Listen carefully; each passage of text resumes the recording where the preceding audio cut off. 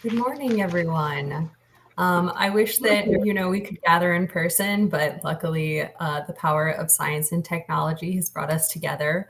My name is Laura Osterndorf, and my pronouns are she, her, hers, and I am the training manager of the Speak Truth to Power team, which is the human rights education program at Robert F. Kennedy Human Rights. And I just wanted to welcome you all into this community that we're creating together. And I also really appreciated, so much of what Teresa had to say about the right to science and realizing the right to science in our classrooms. Through Speak Truth to Power, we work with lead educators all over the country to provide education that's about human rights, through human rights, and for human rights. But a lot of times when we meet new educators, they're just looking for ideas on how to get started, how to kind of bring those first ideas of human rights into the classroom. And I think that human rights at its core are, of course, about human beings, and so is science. Science is so influenced by humans and change through humans, and human rights are also realized by the scientific adaptations and procedures that humans create. So that's why we're so excited to dig into this today. This is a collaboration between Robert F. Kennedy Human Rights and the Buckingham Friends School, and in particular led by one of our lead educators, Stephanie. And I'll let Stephanie introduce herself. Thank you, Laura. Joining you from the unceded territory of the Lenni Lenape, my name is Stephanie Thliveris, and I'm delighted to work with the Human Rights Organization and share my experience. I'll say a little more about myself in a couple of minutes, but let's get started. Laura? Great. So I think that I do have some slides. Wonderful. There they are. All right, so we're going to be talking about human rights education in science classes, and there's really no one better to tell you about that than Stephanie, because she's wonderful about finding the intersection of human rights, society, and education and science for her classes.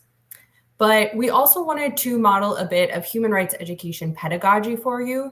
And a piece of that is acknowledging the land. And you just heard Stephanie mention the land that she is on currently. But if you haven't done this before, acknowledging the land is the process of deliberately naming that we are on Indigenous land and that Indigenous people have the rights to this land. So in this way, it provides an opportunity for us to reflect on our relationship with the land and also the continuous process of colonization that impacts all activist and education work. And we also use this as a small act of resistance against the continued erasure of Indigenous people and their rights. So today I'm joining you from the land of the Piscataway and Nacotchtank Nations, also known as Washington, D.C. And I encourage you to find the First Nations land that you reside on by going to natives/land.ca or searching for the Indigenous groups for your area. But recognizing that we're all joining from different spaces, I wanted to provide a digital land acknowledgement by Adrienne Wong. And she states that since our activities are shared digitally to the internet, let's take a moment to consider the legacy of colonization embedded within the technology, structures, and ways of thinking we use every day. We are using equipment and high-speed internet not available in many Indigenous communities. And even the technologies that are central to much of the art we make leave significant carbon footprints, contributing to changing climates that disproportionately affect Indigenous people worldwide. So I invite you to join us in acknowledging all of this, as well as our shared responsibility to make good of this time and for each of us to consider our roles in reconciliation, decolonization, and allyship. And as we kind of move forward from that recognition stage to co-conspiratorship, I encourage everyone to support Indigenous-led organizations like those listed here or those in your community. And if you're a science teacher in a traditional classroom, this is a really great way to welcome students into the space, acknowledging those First Nations on the lands that we're on, but it's also a really great practice in everyday life. And the native lands, they also have an app that you can use. So wherever you go, you can find out what native land am I on. But Stephanie and I just wanted to kind of give a background on, who we are, where we're coming from, as well as the native lands on which we reside. So as I mentioned, my name is Laura Osterndorf. I grew up in Milwaukee, Wisconsin originally, the First Nations of the Potawatomi. And I really got started with human rights in terms of community organizing and campaigns. I would go door to door from the time that I wasn't even able to vote. And what really attracted me to human rights work was storytelling, the fact that I would go visit everyone, and everyone would have different things that they cared about and different ways of achieving them. And also the education that they received, it provided information about things, but it was more than just that. Education that is really transformative provides education that is through that human rights that I mentioned, that is about the way that we actually teach, the way that we communicate, the way that we participate in society, and one that empowers us to want to take action. So I kind of saw through the campaigns that I was involved with that everyone had a story to tell and everyone should be empowered to be a leader in their communities. And I got involved in human rights education. Since that time, I've worked with nonprofits, I've worked with United Nations organizations, and I've worked with local governments in different countries like Myanmar, Bosnia and Herzegovina, Mexico, and several others. And it's a career that I truly love because I get to work with teachers like Stephanie, like many folks on the call, I'm sure, who are dedicated to changing education and creating equitable learning environments where everyone has the opportunity to thrive and participate in human rights that is personal to them. And I will toss it to Stephanie now. Thank you, Laura. Again, my name is Stephanie Thliveris, and a little bit about me and where I grew up and my experience. I was born in the United States and grew up in Arizona, Colorado, and Utah, exploring the Rocky Mountains and the geologic province, one that I adore, the Colorado Plateau, of which a third is native land. Childhood experiences led my formal education into the earth sciences, graduate work in both geophysics and planetary science. Work in research followed with the U.S. Geological Survey and NASA Goddard Space Flight Center. I'm now in Quaker Independent School Education. I have worked in the DC area and currently am in Pennsylvania. I'd like to say my experiences bridged my academic wherewithal along with the reality of the scientific profession. It has afforded me a deep respect for the natural world and those that live within it.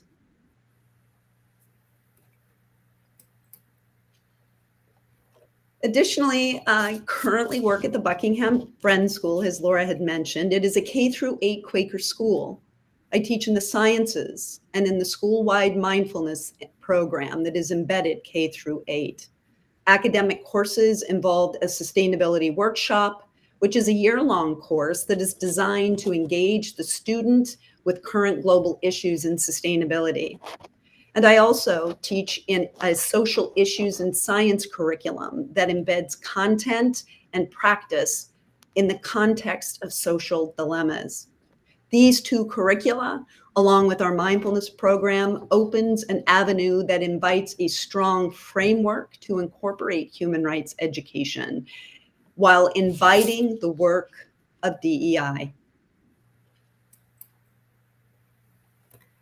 And before we get started with some of Stephanie's wonderful case studies, we just wanted to make sure that we were all operating off a common language around human rights and what exactly human rights are. So you'll see here that it says human rights are the rights a person has simply because they are a human being. So in other words, without human rights, we don't have those basic standards that allow us to live in dignity. And to violate someone's human rights is to kind of say, I don't even think of you as a human being. And human rights principles holds up the vision of a free, just, and peaceful world. And they also help to set minimum standards of how individuals around the world, as well as institutions, should treat each other. And these concepts are grounded in international standards based upon treaties, international law that are legally binding for the state. And one of the primary enforcers and protectors of human rights is, of course, the United Nations. And a lot of the Speak Truth to Power program focuses on the Universal Declaration of Human Rights, which incorporates civil, cultural, economic, political, and social dimensions of human rights, which all work together to protect the human dignity of individuals and groups. And of course, many of you are familiar with this already, but in an education sense, we just like to focus on, why is it important to be talking about these things? And we break it down to kind of the really basic ideas of, human rights ensure that we have our food, our water, very important from a science context in terms of clean water. They ensure that we have shelter. They ensure that, we're protected from torture and abuse and injustice in society. They're going to encourage that we're able to use our voices to participate in government, in schools, in every space of civic life. They also ensure that we have the freedom to practice our religion, that we're allowed to love the people that we love and start families and, foster these relationships. And they also ensure that we have equal opportunities for work, for education, and they ensure that the environment around us is clean and free of pollution and protected. So they really factor into every part of everyday life and, of course, the sciences as well. And we teach about this through human rights education. And human rights education is a deliberate and participatory practice which is aimed at empowering individuals, groups, and communities through fostering knowledge, skills, and attitudes that are consistent with internationally recognized human rights principles. And by using human rights education as educators, we're able to build awareness of human rights in our classroom, but around a way that produces empathy and an understanding of the basic rights that are shared by all people in society. And when we use human rights education, a really important outcome is that our learners are empowered. They want to take control of their lives and have decisions that affect their communities. And human rights education is also going to be really helpful to ensure that people understand human rights, value human rights, and take responsibility for respecting, defending, and promoting human rights. And I'll not go on about human rights education too much longer because I know you're anxious to get to the science-specific material with human rights, but I just wanted to focus on, this bottom piece that says human rights education encompasses education about human rights, through human rights, and for human rights. And I'll say about that education about human rights is education about human rights principles, about human rights laws, treaties, the Universal Declaration of Human Rights. You're learning about all of the conventions of the UN. You're also learning about human rights defenders who are actively working to promote and protect human rights in society, which is a core part of the Speak Truth to Power program. That through human rights education piece is what I mentioned earlier in terms of the methodologies that we're using, ensuring that it's really participatory, that we're using social emotional learning, and that we're creating a safe space where everyone feels like their identities are affirmed. And that for human rights piece is that action-oriented piece where everyone knows that they can be a human rights defender and that they can protect and promote human rights in society, and they feel empowered to do so, which is super important for our students, especially as they're well equipped with the knowledge to really make a difference in society. And that brings us to the Speak Truth to Power program. The Speak Truth to Power program is based on Carrie Kennedy, who is the president of our organization's book called Speak Truth to Power, Human Rights Defenders Who Are Changing the World.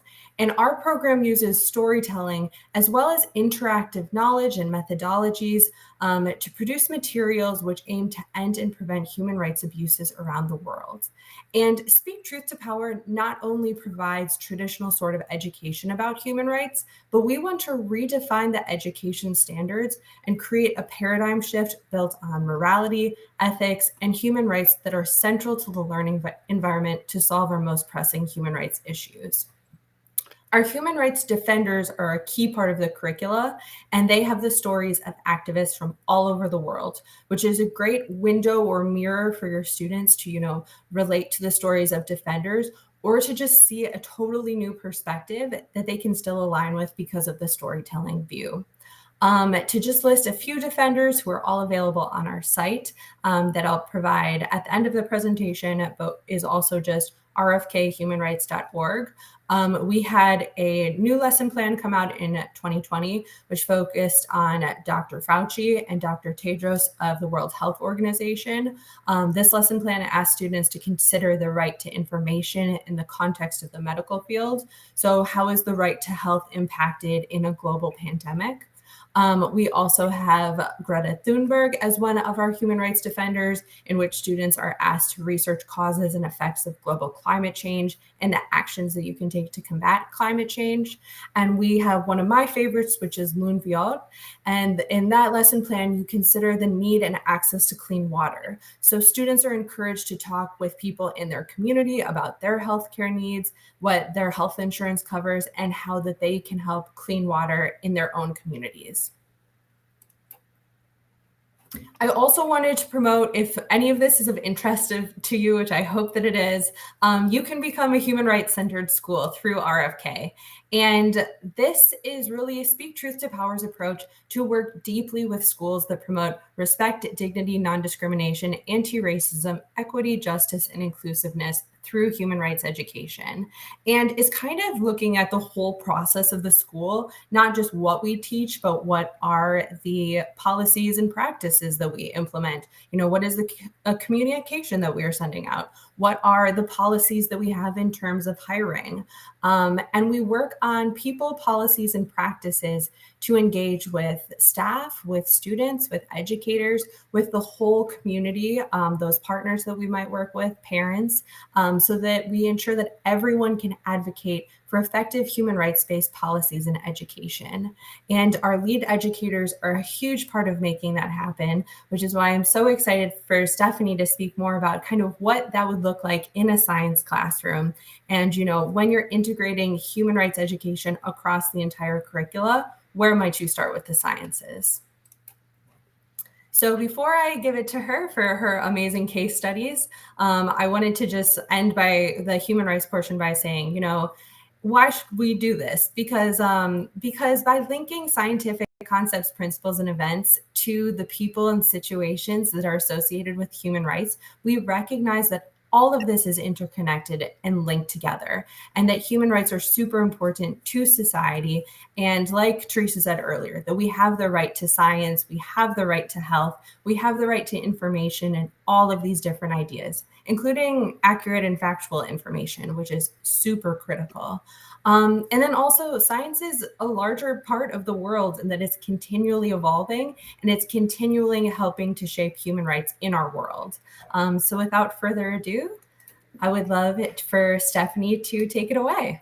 Thank you, Laura. What a generous introduction, and I'm delighted to be here. Disciplines are manifest through the lens of the human experience and the stories that follow them.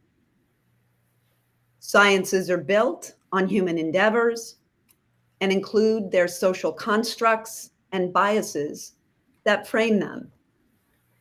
For example, people make decisions about funding for research, whether at a federal, state, or private level, what is taught in an educational institution and what isn't, and research data used to uphold policies or laws or to counter them, and who has access to this information.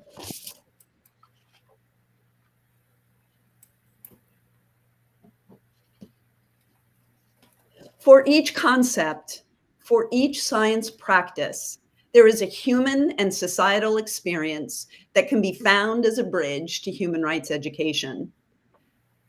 The next slide will define an approach to incorporating human rights education into science instruction and is followed by case studies that give examples of modified science lessons. In each case study, it will either center on an instructional concept or an instructional practice. For those in primary or secondary education, these terms correlate to the national standards, the NGSS. Once the concept or practice is identified, a query of sorts is introduced and serves as a bridge to bring human rights discussion into a lesson. It is what draws the students into the conversation. Other elements are also provided in case studies that bring forward and support the human rights connection. The approach to incorporating human rights education into the sciences quite simply began in conversations as I learned more about human rights education and the work of DEI. To begin, I found the most important part of this process was to begin building collaborations, both within institution and outside organization. For me, this looked like including collaborations with our ELA teachers, our social studies instructors, and being involved in the DEIJ committees. Collaborating with the outside organization, the RFK Human Rights, has been absolutely invaluable. Their expertise and their insight catapulting the work forward. As your curricular objectives guide, science concepts and practices become the framework to deliver the human rights component. And within this framework, there is always a story. These stories are the most intimate access to the human experience. Hence, the bridge builds. For example, when considering social impact, lessons on atomic energy lead to discussions on nuclear energy use, energy as weapon, or energy as a sustainable source. Lectures in hydrology and mechanics of runoff in watershed opens discussions on the inequitable distribution of water rights on indigenous lands. Mechanics of climate and global climate change, brought forward in an earlier plenary session yesterday, bring forward effects of pollution on global populations. Voice is key. It brings an intimacy in a clinical and technical setting of a science lesson. The use of video, film, in-person professional speakers, and those that live the experience, along with written work, are just some examples of how to bring in the story. Selected sources also offer support in building and maintaining the bridge. A source that I frequent includes the periodical High Country News. This is an independent nonprofit media organization that reports on issues and stories in the Western United States as they act on behalf of the diverse and natural human communities. Before moving into the case studies, I do want to acknowledge and mention the K through 12 national standards. As curriculum and lessons are modified to include human rights education, aligning with national standards is key. For many in the sciences, national standards are synonymous with the NGSS and the NCTM, both the science and math standards, national standards. Including human rights education components also opens the door wide, not only to the NCSS, but also to the NCTE. Nevertheless, as a multidisciplined framework of national standards are constructed and revised, the collaborative efforts among those in other disciplines begin. This is where the magic happens.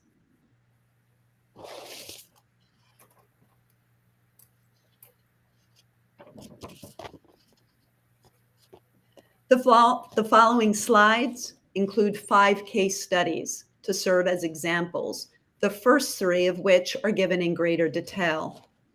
Each highlight an element in the approach to the human rights education, identify concept or practice, finding a story, identifying the social construct, and the use of resources, audio, visual, stories to engage and introduce.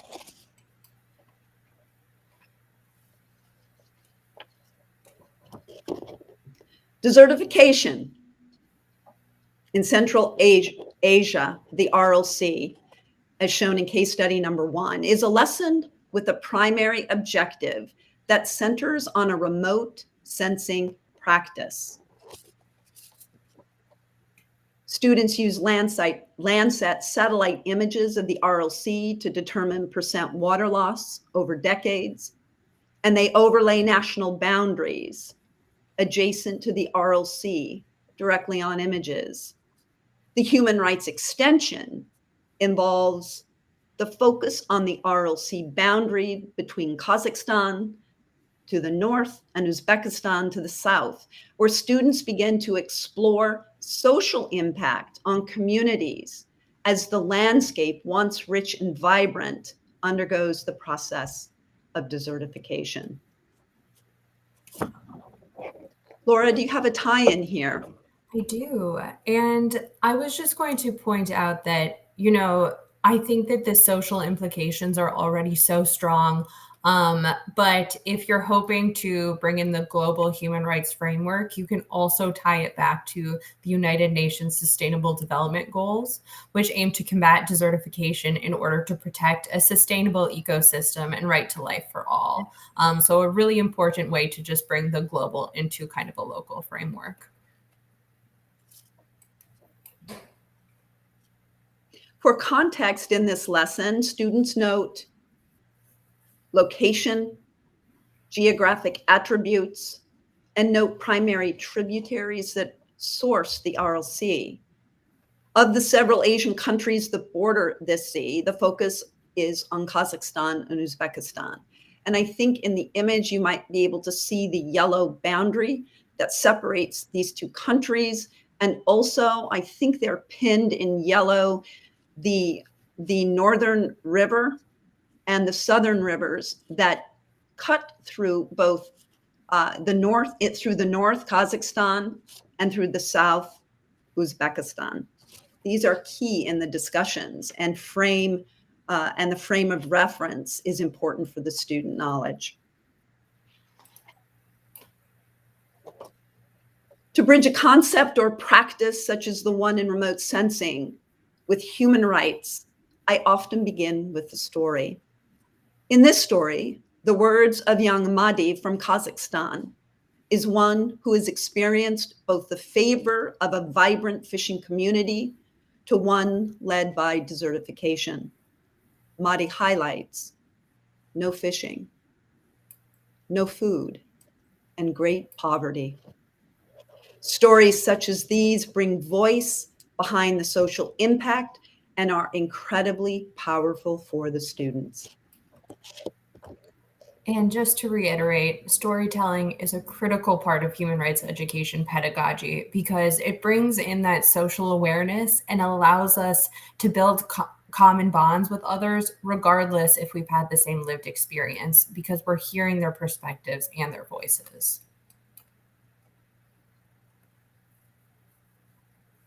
Once the bridge has been set, in this case through storytelling, broad issues are outlined. The opportunity to outline issues then sets the stage for discussion. We talk about the importance of demographic changes, agricultural policies, the dissolution of the Soviet Union in '91 that led to transitions in economy, the World Bank and how they stepped in and sought to resolve founding their successes and their failures. And these environmental rights are absolutely connected to that right to an adequate standard of living that I mentioned earlier. And when there is pressure and exploitation of the environment, that impacts a whole wide range of human rights for humans. I know that I don't need to tell all of you this, but of course, you can connect to your students how, the exploitation of the environment leads to poverty and poor conditions that impact our livelihoods. And so when we damage the environment, we're actually damaging the rights of people for a secure and healthy life.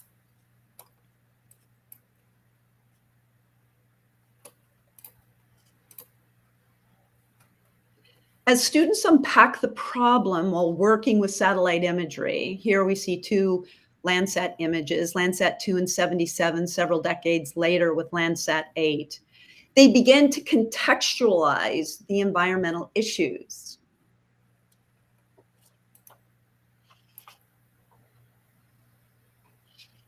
The use of selected videos is also a powerful venue to engage students. In this case, storytelling through remote imagery. This is a couple of minutes. I'd love to share it with you. It's powerful. Please note the shoreline boundaries as this EOS time-lapse satellite mosaic shows the state of the Aral Sea. Okay, Laura, let's give it a shot. Oh, it was starting and then it stopped. I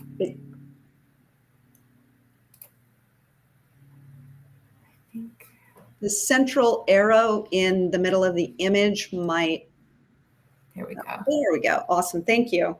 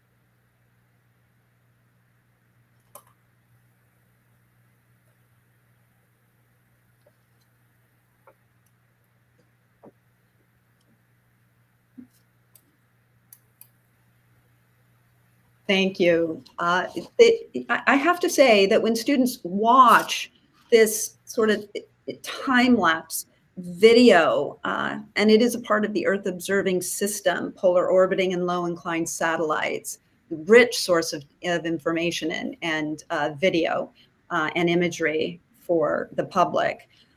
They pause. They just it takes them, it elevates them to their perspective to see the power and force of our climate and the change over decades.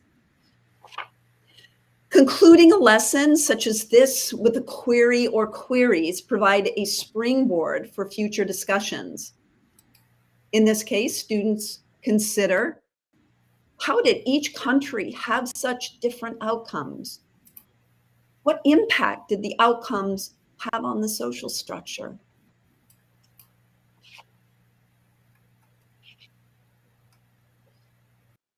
The second case study examines an instructional concept, that of atomic anatomy and atomic energy.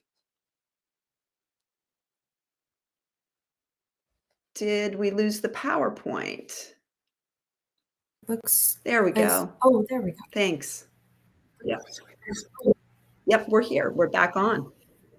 In this lesson, students review the quantum model and begin learning about energy held within the atom. The bridge is multifold in this instructional concept and the approach of examining whether it's atomic anatomy or the energy or the quantum models. The bridge is multifold, historical path that led to the use of atomic energy, or storing its nuclear waste. We chose to examine the storage of high-level nuclear waste. Students investigate the conflict behind the construction of the Yucca Mountain Nuclear Waste Repository, where high-level nuclear waste was slated for storage, and where transportation routes were examined. Additionally, they might investigate this query offered from Kine and Boll in 2016 on emerging environmental justice, and I quote, "Concerns involving the US nuclear weapons complex and the ways uranium mining, processing, and weapons development have affected those living downwind, including substantial," end quote, "indigenous populations." At Yucca Mountain, these lands are considered sacred by the Western Shoshone and Paiute nations.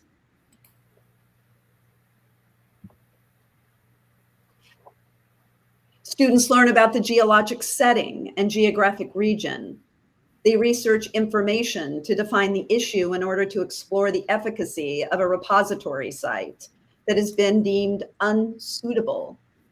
Hydrologic concerns, fractures and fissures due to active volcanic fields, among others, such as transportation.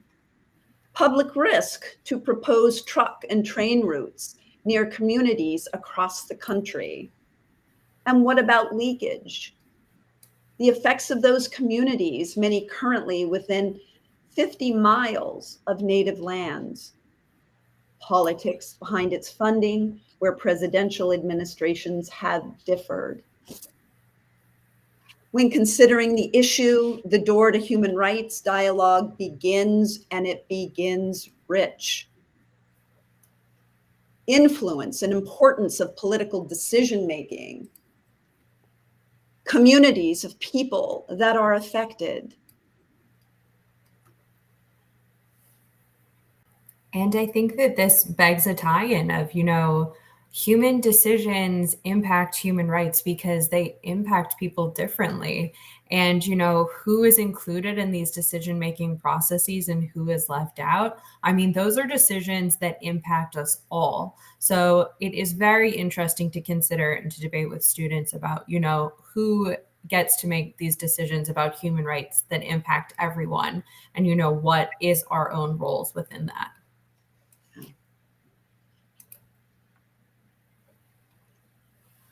Final discussion can take many forms. In this case, students write their opinions and reflect on collective thought. What will happen to the other 9,000 tons of waste that cannot be kept at Yucca Mountain? Where are other nuclear repositories built? Do the local communities have a say? Other forms of communication have taken shape through collaborations within other disciplines, Model UN, mock parliamentary debate simulations, video, blog infomercials, art, informed posters, PSAs, other writing forms, analytical, expository, argumentative.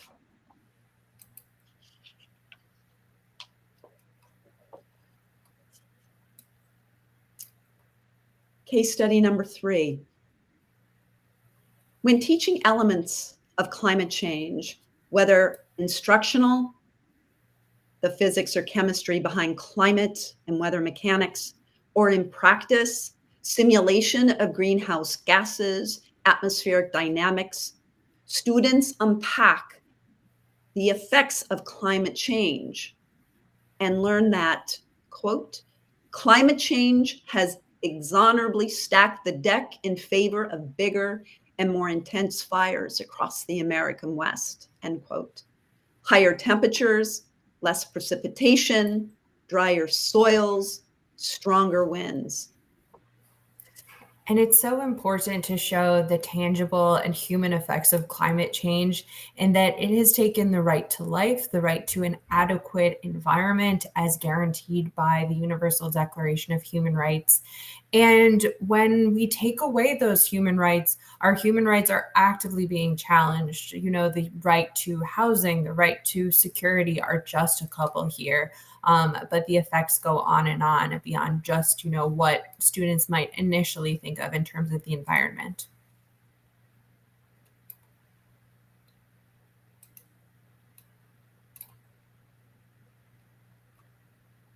When studying climate change, the connections to human rights fall open. Students learn about devastation, in this case study, brought about by wildfires. In Jackson County, most homes destroyed were in mobile park communities. They also learn about the efforts by communities to help resolve the action in the community, not only to a crisis situation, but what unpacked was people became more aware of the long-term reality of homelessness. Project Turnkey was an outcome of such awareness, where the community began to house people and then seeing the homelessness population issue in their county. And I think that that can also be a beautiful example of human rights defenders when people from the community, step in and take action to help others, to help address the rights that others are being denied. And I want to promote as part of the Speak Truth to Power program, we say that everyone can be a human rights defender. And, you don't have to be Dr. Fauci, or you don't have to be Greta or Malala or some of the big names that we think of. When you take action in your community to help others, you are defending human rights.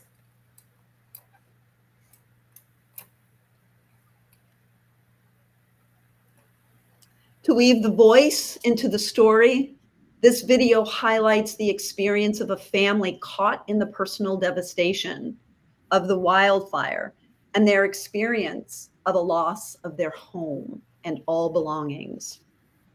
This is another opportunity to bring the story to the table, and although I won't play it here, it is quite lengthy, it serves as a powerful reference.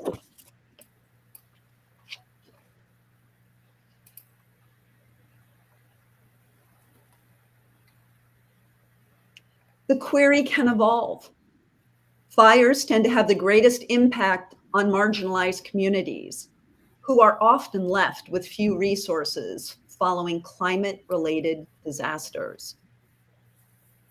So I think that in terms of, the power and privilege that is held in terms of who makes decisions about human rights, you can also explore, the inequity in those who are affected by human rights abuses.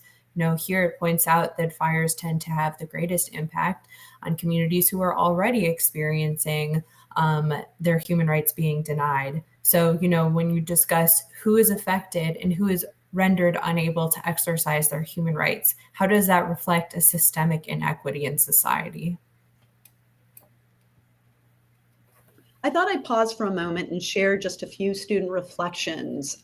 These are also so tremendously moving for me because I see the shift in perspective among students as young as 14, 13, 12. A student's voice in the lesson also empowers and anchors other students. In an article called "Things Are Not Going to Get Better for a Long Time," the title alone made me interested because I think things will get better quickly. And many things that I now know just won't. I worry for wildfire survivors. I want to help. In this reading, Protected Lands, Neglected Duties, a student shared, I have deep concern for the topic of climate change and its effect on environment and human beings. I have a lot of questions. And although immigration isn't directly part of a case study presented here, it is another example of student writing following A Bridge into Immigration. This was part of an open reading selections where students have choice of read and they reflect and they group and they share out. It is stated, the student says, the thing that drew me to this article was that this was a movement led by a group that wasn't always for illegal immigration. And I asked myself, what made them switch towards being accepting of illegal immigrants? Now, this was a powerful discussion because it moved directly into the power of language, and students themselves felt uncomfortable with the language of illegal and the labels and perceptions that followed. Future discussions could include immigrant nomenclature, the use of illegal, undocumented, unauthorized. We have had conversations in depth about the nature of other language. First world, third world, global south, developing world, low and middle income countries. The language is so powerful and students want the conversation.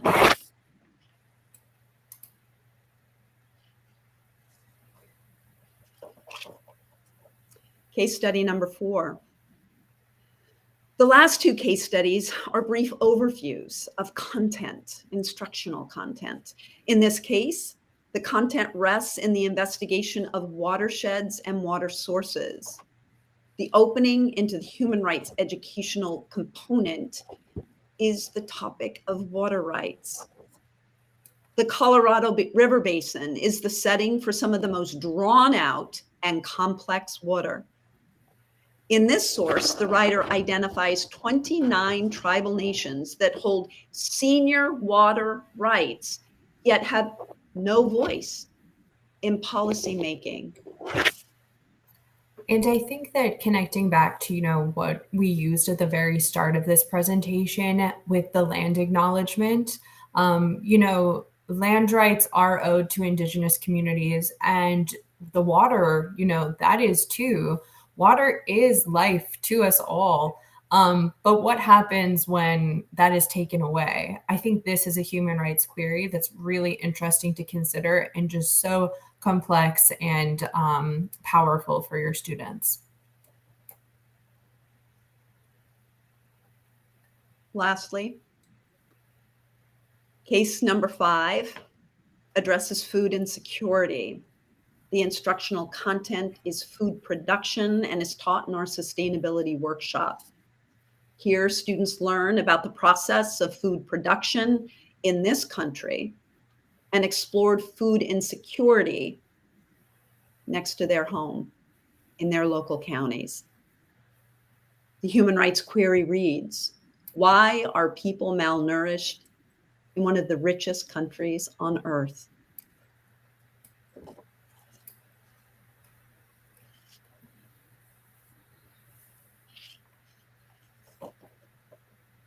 The sciences have a responsibility to bring knowledge and inspire wisdom, to uplift, bring dignity and positivity that impacts the human condition, to actuate engaged solutions. And I think that that is a wonderful kind of conclusion that, science has the responsibility to bring knowledge about human rights and actively impacts our dignity. And that's the message that we want to promote in schools and to students, as well as empower them that they can be a part of those solutions. So that is kind of where the main body of our presentation and I guess the lecture style will wrap. We do have time to stick around for any questions on implementation or the case studies that Stephanie brought up that we would be happy to address from the audience. First, we did want to take a moment to thank the American Association for the Advancement of Science for having us today. We are really happy that they saw the intersection of human rights education in science and wanted to promote that just as much as we did. So we really appreciate you having us here. And in particular, we wanted to give a shout out to Teresa Harris, who attended a training that RFK Human Rights hosted over the summer. And she reached out to us. And again, we just couldn't be happier that our values are so aligned in this way, and that we have now met a whole community who is dedicated to promoting science and human rights in schools. And then I will thank the teachers who are on this call in particular. I'll thank everyone for attending our session. And it's so wonderful to connect with all of you. But in particular, I know all of the things that the teachers are dealing with from the past year, even further, but of course, with the pressures that are existing right now in education. So just thank you for doing your work to promote and protect the right to education. Thank you, of course, to my co-host, Stephanie, the brilliant science mind behind some of this, while I just bring, some of the human rights examples. And then our contact information is listed here. You can reach out to RFK Human Rights at STTP, which is the Speak Truth to Power program, at rfkhumanrights.org. And Stephanie, did you have any other statements before we give time for questions? I ditto your thanks. I'm absolutely delighted to have found the human rights, the RFK Human Rights Organization, and the community, and being a part of the AAAS. I have to say that in sort of the trajectory of my professional life, my education, my stepping into research, and then finding education, and now human rights component to that, which has always existed, is quite frankly my most important work. I do feel that I'm now stepping into my most important work. Thank you, everyone. And Laura, you're brilliant too. I've really enjoyed this time. Thank you. And we can stick around for some questions. Otherwise, our contact information is posted on this slide.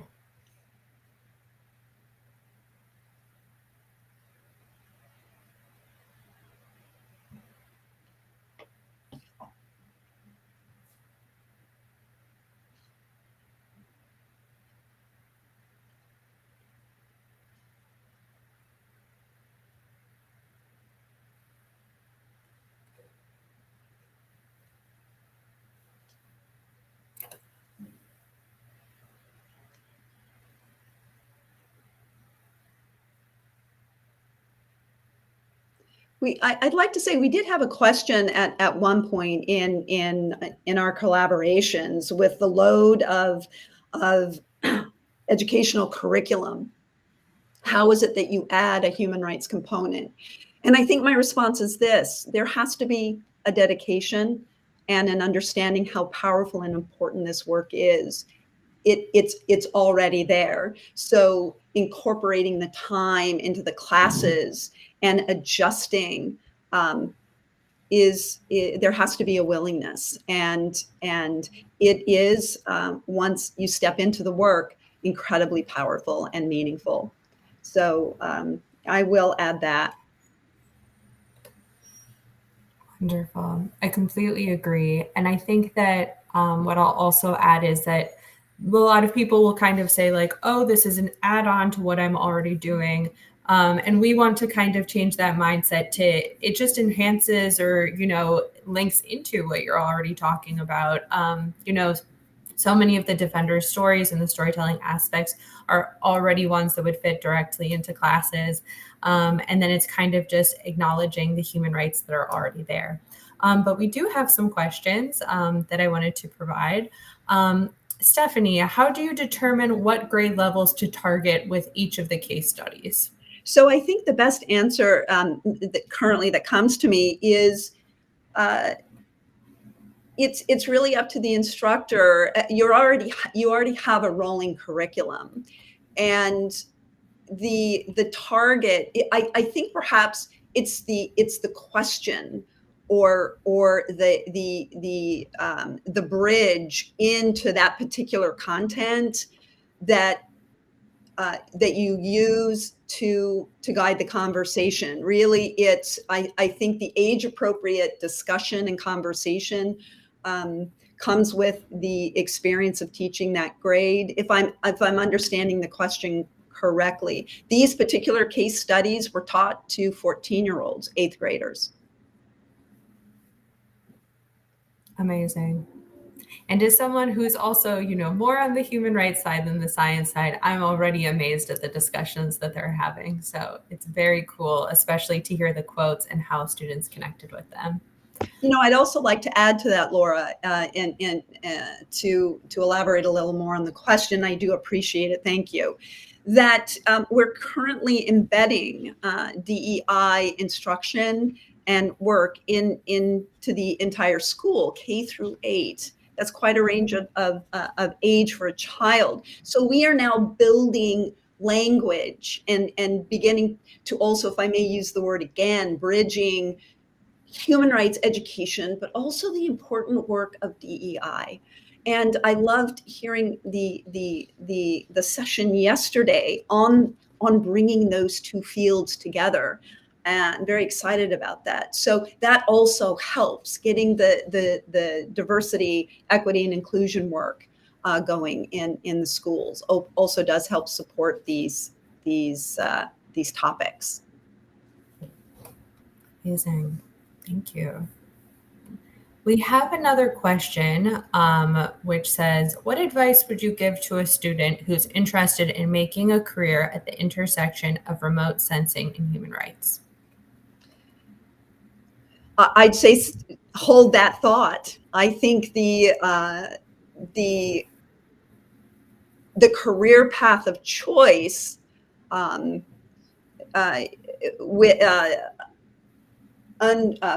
a foundational education, of course, and as you move into the professional field, pay attention to the mission of those organizations. And whatever, if it's in research, who's doing the research, who is opening those doors. There is a community out there, and it's just, and the voice is growing stronger. So I would say, jump into the remote sensing. I love it. My graduate work was using thermal infrared imagery over the Mojave Desert. But when you're in that community of educators and learning, you will see those doors. Open them. Open those doors.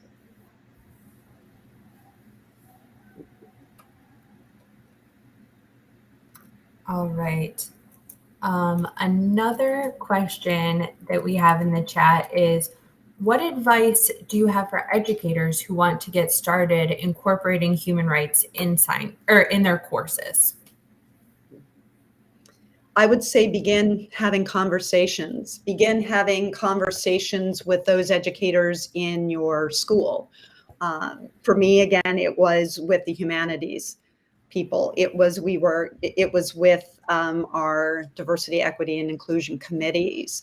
It was in professional development. So it was beginning. Human rights is about collaboration. It's about human beings coming together and having that conversation. So that's where I begin, with the collaboration. And from that, ideas come and generate. If you have a particular a lesson, or read the story behind the research. Read the story. If it's climate change, there are numerous stories on climate change, and just dig into that content. And sometimes I'll unpack the history. How did we get here? How do we know this? And that just opens up some opens up other questions, quite frankly, that lead me down a path, and it builds over time. Yeah, I love that. Finding out the history and the stories behind things. I think that's so powerful and just brings that layer that, we connect to on as humans. And then I will also add, you know, I know that sometimes people, when they're just diving into this and it seems like a new thing for schools, it can feel a little lonely, but please know that, you have this global community of human rights educators to rely on. And, Stephanie and I put our contact here because we do want to continue to connect with folks, to continue these conversations. RFK Human Rights has a network of lead educators not only all around the country, but all over the world. And we have gatherings, mostly virtually at the moment, of course, but where people can share pedagogies, they can share lesson plans. So it's a really wonderful opportunity to just connect with people who are caring about the same things that we are and are just driven to creating these equitable and human rights-based learning environments. So always please reach out if that is something that you would like to connect on.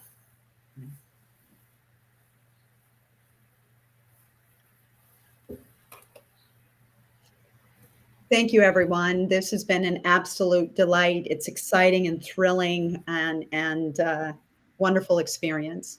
Thank you for your questions. Thank you for joining us. And here's to the next conversation. Absolutely. And that's a great point, I think, to conclude the session on. Thank you again to Stephanie. Thank you to the organizers for having us. And we hope to connect soon. Great. Thank you all.